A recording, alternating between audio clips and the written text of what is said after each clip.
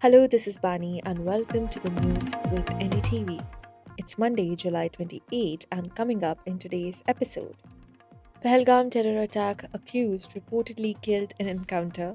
Muslim cleric issues clarification after backlash over misogynistic comments on Samajwadi MP Dimple Yadav. Supreme Court questions ECI over voter ID and Aadhar card proof in Bihar SIR exercise. And France pushed for Palestinian statehood. As Defense Minister Rajnath Singh began Operation Sindhu debate in Parliament, security forces scored a massive win by gunning down the mastermind of the Pahalgam terror attack, in which 26 innocents were murdered in cold blood. Suleiman Shah, a Lashkar-e-Taiba terrorist, was identified as the mastermind of the April 22nd terror attack that shook the nation. Security sources have confirmed that he was gunned down in an encounter near Srinagar this morning. Today's operation, named Operation Mahadev, also neutralized two other terrorists, Abu Hamza and Yasir. Security forces from the Army, CRPF, and Jammu and Kashmir Police believe were part of the joint operation. Suleiman served in the Pakistan Army and was also known as Hashim Musa. In the aftermath of the terror attack at Pahalgam's Baisaran Valley, the Jammu and Kashmir police had announced a Rs 20 lakh reward on anyone providing information about Suleiman. The official X account of the Indian Army Chinnar Corps earlier boasted that the security forces have launched Operation Mahadev in Lidwas. Three terrorists have been neutralized in an intense firefight. Operation continues, the army said in an update, adding that the operation is not over yet. All the terrorists is learned were high value targets and foreign nationals.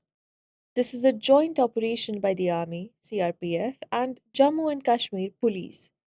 According to reports, the security forces acted on an intelligence input and launched the operation in Mulnar area of Harwan.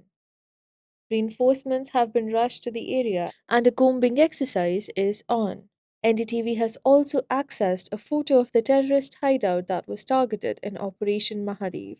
The visuals show multiple guns in the hideout located deep inside a forest area. According to sources, carbine and AK 47 rifles, 17 rifle grenades, and other arms and ammunition were recovered during the encounter. Security forces suspect that the terrorists were planning a big action in the Union territory. Quote, Operation Sindhu's political military objective is to punish Pakistan fighting a proxy war in the name of terrorism. Therefore, armed forces were given a free hand to choose their targets and give a befitting reply. The objective was not to initiate a war. Unquote, said Defense Minister Rajnath Singh in Lok Sabha.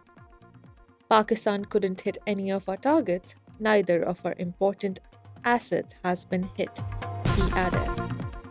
A similar discussion will begin in the Rajya Sabha on Tuesday. 16 hours have been allotted to each house to have this special discussion.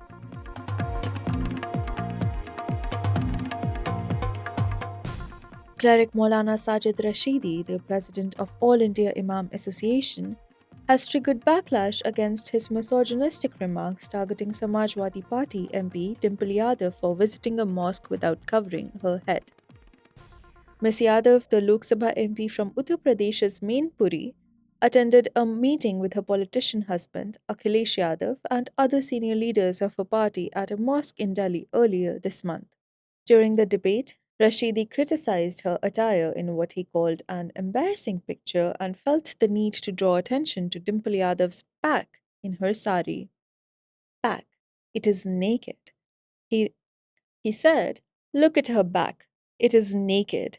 He then expressed his approval of the other women in the meeting, Samajwadi MP Ikra Hassan's clothing, who had covered her head. A Samajwadi leader, Pravesh Yadav, filed a police complaint against Rashidi in Lucknow, saying his comments were not just an attack on Ms. Yadav but an insult to all women. Quote, This has not only hurt the dignity of a woman, but every woman in society is affected by such a comment, Such indecent and anti-woman remarks made from a public platform like a TV channel can disrupt social harmony, unquote, Pravesh Yadav said. Based on Mr. Yadav's complaint, the police on Sunday registered a case against Rashidi under Section 79, outraging modesty of women, 196, promoting enmity between groups, 299, outraging religious sentiments, and 352, intentional insult of the Bharatiya Nyaya Sanhita. Many BJP MPs on Monday held massive protests against Rashidi outside the parliament. We won't tolerate insult to a female MP, they said. Ms. Yadav, however, questioned BJP lawmakers and asked them why they didn't stage a protest over the alleged violence against women in Manipur. There was no immediate reaction from Akhilesh Yadav, who is attending Parliament's monsoon session alongside Ms. Yadav and other Samajwadi Party MPs. The Supreme Court has again asked the Election Commission of India to consider Aadhar and voter ID card while refusing to stop the ECI from publishing the draft electoral rules for Bihar election, which are scheduled on August 1. The court has postponed the hearing to tomorrow when it will take a final view on the matter, taking all views in consideration, and said that the validity of the draft list will depend on the decision of pending petitions. A bench of Justices Surya Kant and Anjoy Malia Bagchi allowed the Election Commission of India to proceed with the process of linking Aadhar and voter ID under the special intensive revision exercise in the state, in line with its earlier directions. Quote, the ECI will continue to accept Aadhar and voter ID documents for the purpose of SIR exercise in Bihar as per our earlier order. Unquote, the court said. The bench also observed that the Aadhar and voter ID documents enjoy a presumption of authenticity under law. Quote, Aadhar and voter ID carry a presumption of genuineness. Forgery of such documents can be dealt with on a case-to-case basis. Unquote, the court said, and asked the poll body to consider 3 documents for SIR: Aadhar card, electoral photo identity card, and ration card, since, as pointed out by the court, these are foundational documents that are essential to obtain any of the 11 documents, including residence and caste certificates, listed by the Election Commission for voter verification.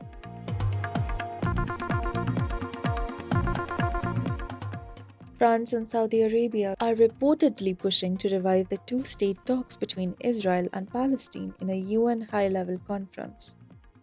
According to a list of delegates, 128 countries and agencies have signed up for the conference set to take place from 28 to 30 July. Al Jazeera reported, in La Tribune Dimanche, where Foreign Minister Jean-Noël Barrot says France will use international conference at the UN starting today to urge other countries to join it. France will use the international conference at the UN starting today to urge other countries to join in recognizing a Palestinian state. Barrett said France intends to formally recognize a Palestinian state in September during the annual UN General Assembly in New York, a move President Emmanuel Macron announced last week. Expectedly, the United States and Israel have condemned French President Emmanuel Macron's decision. US Secretary of State Marco Rubio called France's move a slap in the face to the victims of October 7 attack. Israeli Prime Minister Benjamin Netanyahu said the recognition of a Palestinian state rewards terror and poses an existential threat to Israel. Macron's announcement also drew anger from Israel, with Prime Minister Benjamin Netanyahu saying the move risks creating another Iranian proxy, just as Gaza became, which would be a launchpad to annihilate Israel, not to live in peace beside it. Israel's Deputy Prime Minister Yariv Lenin also slammed France's move, calling it a black mark on French history and a direct aid to terrorism.